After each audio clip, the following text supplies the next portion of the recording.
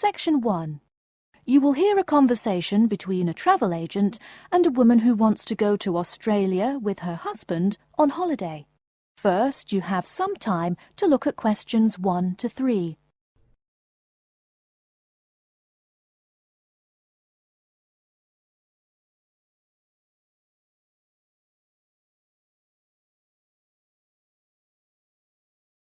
You will see that there is an example which has been done for you. On this occasion only, the conversation relating to this will be played first. Good morning. I've been looking at your holidays to Australia in your brochure. I'm thinking of going during the second half of next month. Good morning. As you can see from our brochure, we offer a wide variety of packages to various destinations in Australia. Is there anything in particular that interests you? The woman says that she has been looking at the holidays to Australia in the brochure, so brochure has been written in the space. Now we shall begin. You should answer the questions as you listen, because you will not hear the recording a second time. Listen carefully and answer questions 1 to 3. Good morning. I've been looking at your holidays to Australia in your brochure. I'm thinking of going during the second half of next month. Good morning. As you can see from our brochure, we offer a wide variety of packages to various destinations in Australia. Is there anything in particular that interests you? Yes, my husband and I are very interested in the holidays in the outback. These holidays are becoming increasingly popular. Would you like to arrange flights and accommodation with us, or just accommodation? Can you arrange flights from Sydney? Certainly. OK, flights and accommodation then. Right, you said that you wanted to travel next month. Which date would you prefer? I should point out that there are no daily flights available, so if you have a flexible itinerary, that's better. Well, we arrive in Sydney on the 15th of April, and we were thinking of travelling to the outback on the 18th of August. April. OK, there's only one flight from Sydney to Alice Springs on the 18th, so I'll book you on that. It leaves at 10 in the morning, which is quite convenient. Shall I book 2 seats for you? Yes, please. As for your stay in the outback, you can see from the brochure that we offer 3 packages: budget, standard and luxury. The budget package is about $500 Australian dollars, the standard package is about $700 and the luxury one is approximately $1,000, though it does depend on exactly what you would like regarding extras. Which one would you prefer? Well, we can't decide between the budget and standard options. Well, actually, just looking at my computer here, on the date that you want to fly into Alice Springs, there is no standard accommodation available. It's fully booked, I'm afraid. That's okay. We think that the cheapest one should be fine for us. We don't mind roughing it for a few days, and we don't expect to be spending much time at our accommodations. We prefer the outdoors. Right, let's look at the room options. Before you hear the rest of the conversation, you have some time to look at questions 4 to 10.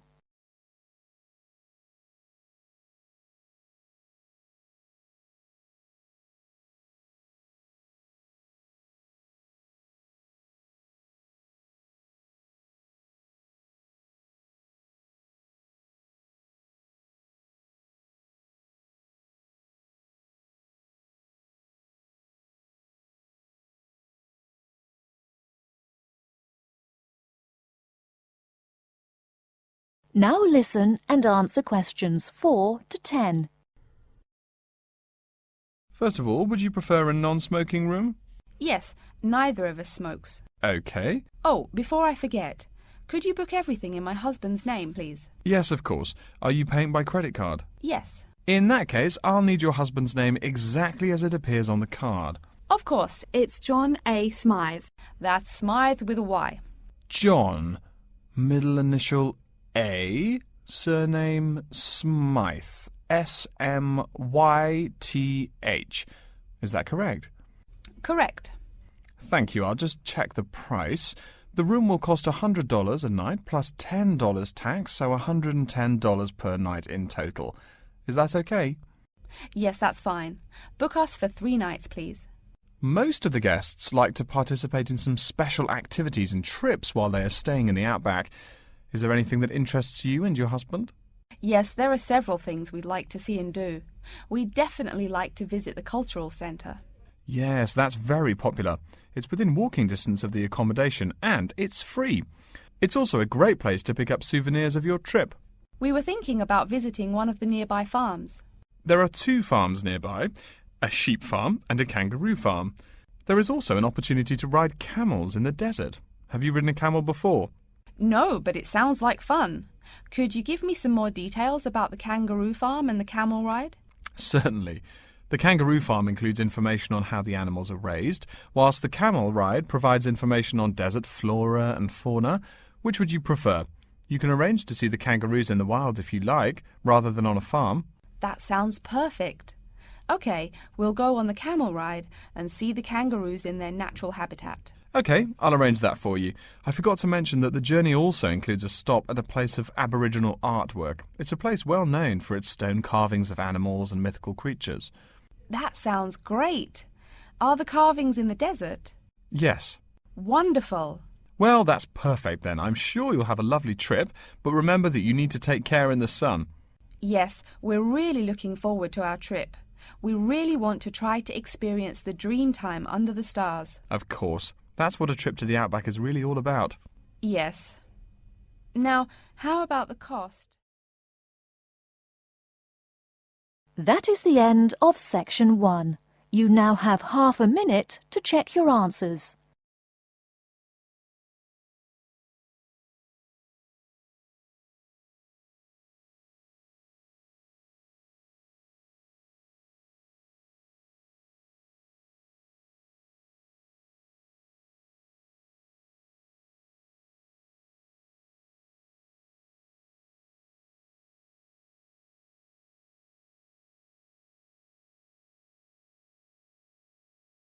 Now turn to section 2.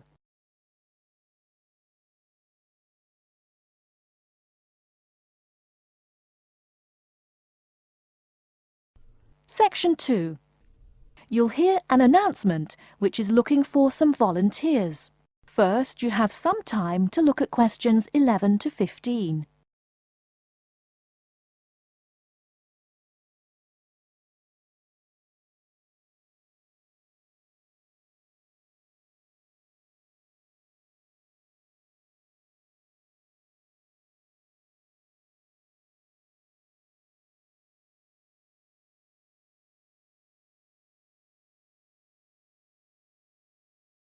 Now, listen carefully and answer questions 11 to 15. Continuing our broadcast of public service announcements, Worldwide Helpers announces upcoming vacancies for a number of volunteer worker positions. All applicants must meet the following requirements. First of all, applicants must be over 18 years of age. The company apologises, but there can be no exceptions to this rule. Second, persons interested in these positions may not have police records. Minor traffic offences like a parking ticket are, of course, no problem. But, and I quote, past and present drug users and sex offenders need not apply. The employer will, of course, check with the police to verify your clean record. In addition, applicants must supply references from past or present employers or teachers along with their recent CV. These references must testify as to the applicant's work habits and/or character. Remember, these are references from employers or teachers. A note from your dear old mum won't do. Worldwide Helpers assures me that they will contact these references to confirm they are genuine. Although all positions are volunteer, the employer will reimburse some of your expenses. For example, they will pay for transportation to and from the job site. Aside from that, the cost of phone calls is covered. Before you hear the rest of the talk, you have some time to look at questions 16 to 20.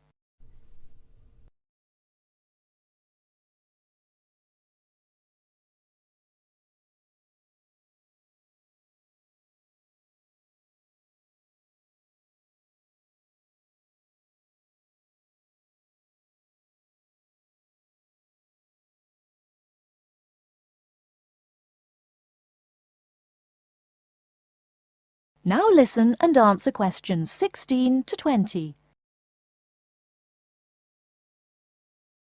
As for the positions themselves, there are 3 types.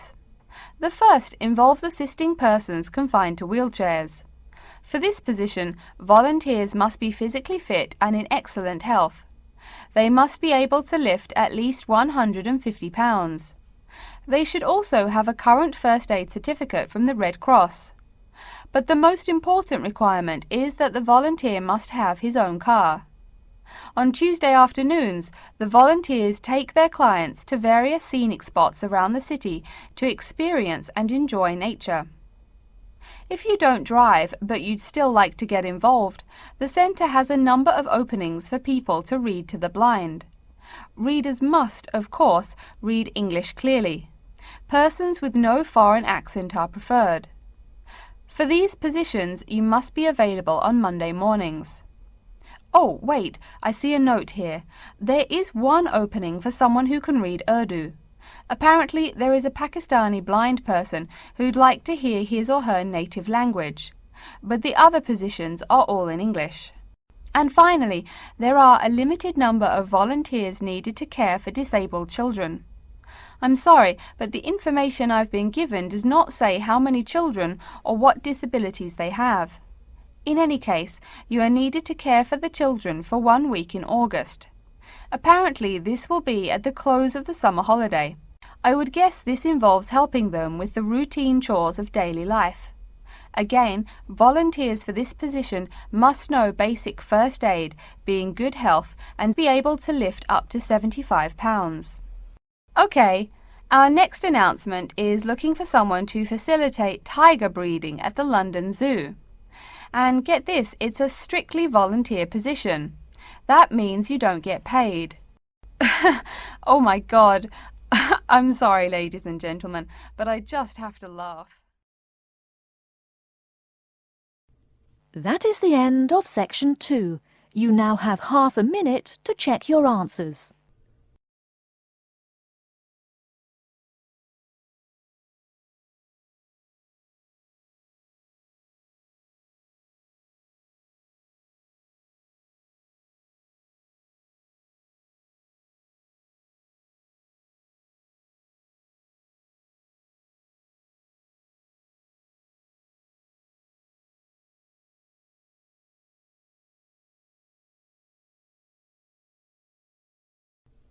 Now turn to section 3.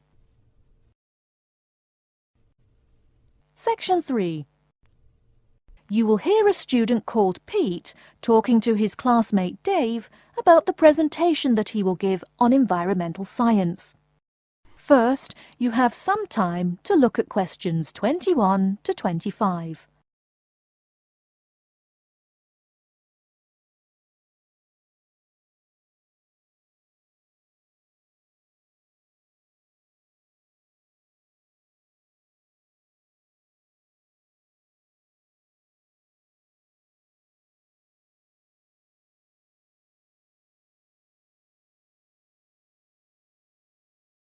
Now listen carefully and answer questions 21 to 25. Are you just leaving the library now? I saw you get there at 8 a.m. Yeah, I've been there all day. What for? They hire a cute new librarian or something? I wish. No, it's the presentation that I will give in environmental science the day after tomorrow. What's it about? I heard you were really excited about the class. And Dr. Schnee also calls you for the arcane questions, as he calls them. It's about environmental damage in the Yucatan. Excuse me, what? Or is that where? The Yucatan. It's a state in southeast Mexico. So what's happening there? Agriculture is having a really adverse impact on the environment. There are too many farmers doing too much farming. It's really destroying the forests and ruining the soil. Deforestation is a major problem there now. How did you learn about this? I don't recall Dr. Schnee saying anything about it in lecture. Yes, but my brother went there last month. You know, to look at the old cities like the Maya Indians built. That's what first got me interested. Your brother Tom? No, Dick, Harry's twin. Anyway, He told me how few trees there were now, and how much empty ground that grows almost nothing. He said the place looked more like the desert than jungle in some parts. It brought environmental damage, so I started looking for materials in the library. Here, look at this magazine. What's in it? It's an old issue of National Geographic. It includes interviews with tourists who have been there in the past few years. It's pretty bad. See the photos? I see the photos, but one or two photos don't prove anything. Then read what the article says. Right there. The first thing it points out is how soil samples show it's hard for anything to grow there. It says how an area of 21,000 square kilometers has lost most of its forest in the past 10 years. See, there are graphs. As the number of farmers increases, the acres of forest have decreased. It's an inverse relation. Before you hear the rest of the talk, you have some time to look at questions 26 to 30.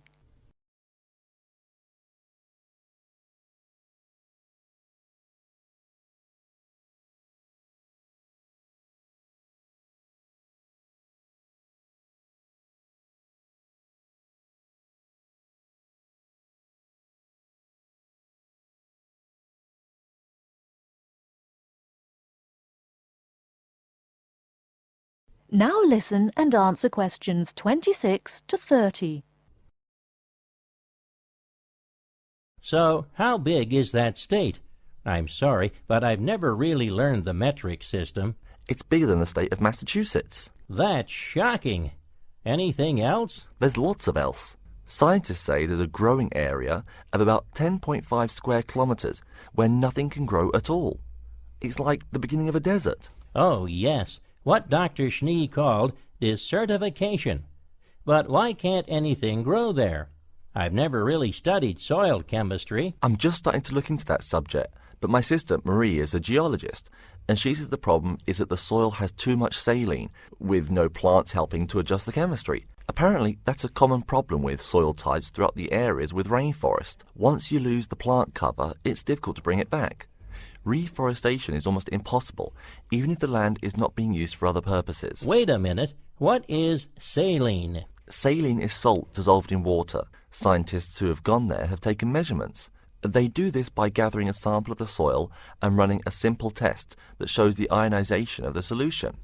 The geology department in our own university has reviewed the soil at the site too.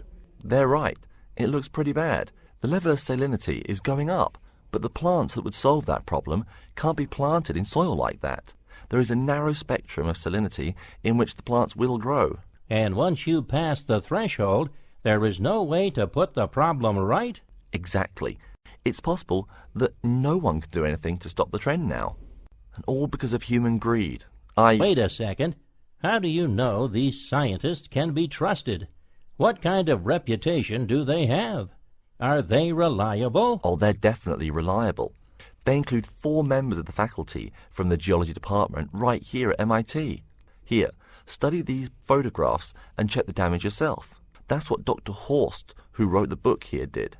He's newly appointed, but Dr. Schnee said that he's brilliant. So, where are you going now? I'm headed over to the geography department to borrow a map for my presentation. You know, this whole problem could have been avoided. The farmers there in the Yucatan... Pete? What? Go take a break. Leave some studying for the rest of us. That is the end of section 3. You now have half a minute to check your answers.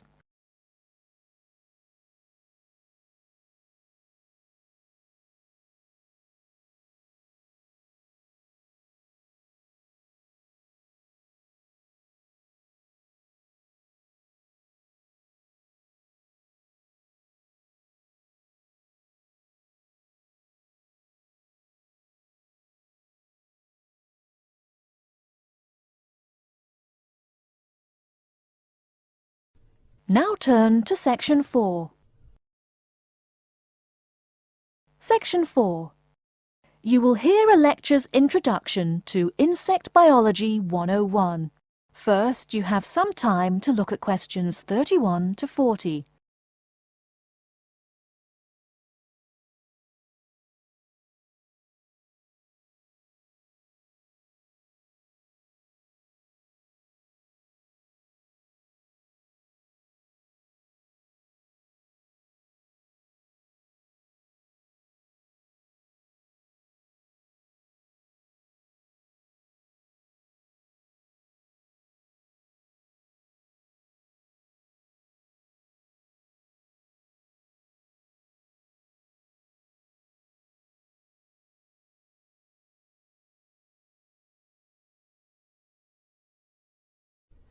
Now listen carefully and answer questions 31 to 40. Good afternoon and welcome to Insect Biology 101. I'd like to begin this course with a few remarks about good insects and bad ones. Bugs are all around us, and that's both a benefit and an annoyance, sometimes maybe even serious harm. First, let's talk about the good things that insects do for us. Probably the most important insect for humans, and maybe for all other life, is the bee. Bees help plants in the process of pollination, and thus are necessary to most flowers and fruit-producing trees. That is, they carry pollen from male flowers to female. If it weren't for bees, we'd have very few food plants and no fruit either. In fact, there would be no we. No less a thinker than Albert Einstein pointed out that, without bees, humanity would be dead within a year or less. We'd starve. It's that simple. That should maybe make us just a little humble. A little less dramatic is the fact that bees also make the honey we eat. Moreover, they produce beeswax, which is useful in candles and is also used as a first-rate furniture polish. Sure, these may not be vital to our lives, but they can serve as reminders of how important bees are. That's a point I keep coming back to in this course. Though, in all fairness, I should point out that butterflies aid in pollination as well as bees. Now, here in Michigan, what's the worst part of summer? Yep, that's right, mosquitoes. But I'm talking about helpful insects, right? So let's look at the dragonfly first. If there were no dragonflies, there would be even more mosquitoes. Dragonflies mainly eat mosquitoes and also a few other insects. Yes, that's right. They don't just fly around, and they also help to eliminate harmful insects. So the next time you see a dragonfly, don't you dare kill it. Now, let's talk a little about those harmful insects. Take the mosquitoes I just mentioned as an example. Not so many years ago, mosquitoes here in America weren't just annoying, some were even deadly. They carried malaria and yellow fever. My own ancestor, the Confederate General John Bell Hood, lived through the worst battles of Civil War, only to die at age 38 from yellow fever. A pest, not a bullet. Well, besides the mosquitoes, in summer there is also a kind of insect that never seems tired. Right, that is the fly. Before I go on talking, I must mention an African fly called the tsetse fly, which feeds on blood and can cause serious diseases in the people and animals that it bites. Besides, it is still a bearer of sleeping sickness, which affects around 300,000 people every year in Africa, and can be treated only with toxic drugs that are hard to administer. Worse still, the drugs sometimes don't work. Other insects, of course, destroy food crops. In China, for instance, locusts continue to be a danger to the harvest in some areas. Less important, but still annoying, moths eat people's clothes and dust mites slowly destroy carpets. Worse, but still in the home, termites or white ants eat wood, the wood of your house. If they are not stopped, they can eventually destroy the whole building. Usually they seriously damage a building before anyone even notices them. So, as we all know, insects can be a real trouble. So, what to do? You can go ahead and start killing harmful insects. In the early decades after the Communist Revolution in China, Chairman Mao encouraged the people to swat every fly they could see. Slogans on the walls of buildings called them "little capitalists." But flies reproduce too quickly for this to be a long-term solution. For some decades in the West, to kill insects with chemicals seemed a good remedy. Unfortunately, chemicals can only be used in a limited area for a limited time. It's a small-scale solution. The insects come back. Worse still, some of the poisons used, like DDT, were found harmful to the environment. Many kinds of wildlife, like hawks, were harmed. And people in chemical-using rural areas have one of the highest rates of liver cancer in the world. It's no secret that chemicals remain harmful to humans. Like all species, insects adapt to their changing environments at an amazing rate. When a new chemical is introduced to their habitat, the insects that survive are generally the ones with some way of resisting the harmful effects. They then breed with the other survivors, and just like that, insects become resistant to most poison in a few generations. An insect generation, remember, is a couple of months at most. So again, we have to ask, what to do? Well, there are biological solutions. Some of these are pretty simple. One is destroying the insect's habitat. You take away their home or food. Cleaning your kitchen is the best way to prevent roaches. No garbage, no food. Getting rid of marshes and swamps eliminates mosquitoes. Other solutions might include bringing in dragonflies or bats in areas where mosquitoes are many. This is a cheaper alternative to chemicals. Biological methods like this also bring no extra pollution to the environment. But you have to be careful. If you change the environment too much, you might be hurting other forms of life accidentally. One recent method of controlling insect populations involves interrupting their breeding cycle. What does that mean? It means birth control for bugs. Insects are provided with food that makes them unable to reproduce. Since they can't have babies, the population disappears, or nearly so.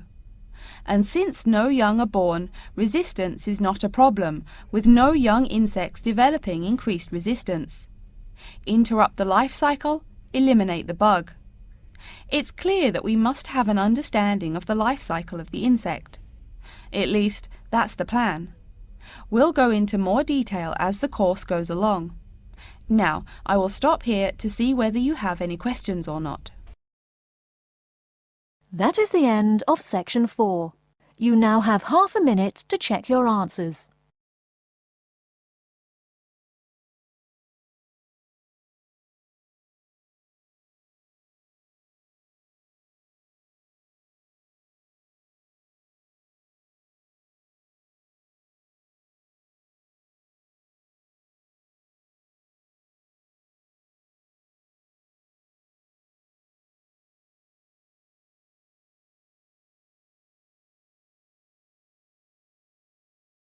That is the end of the listening test.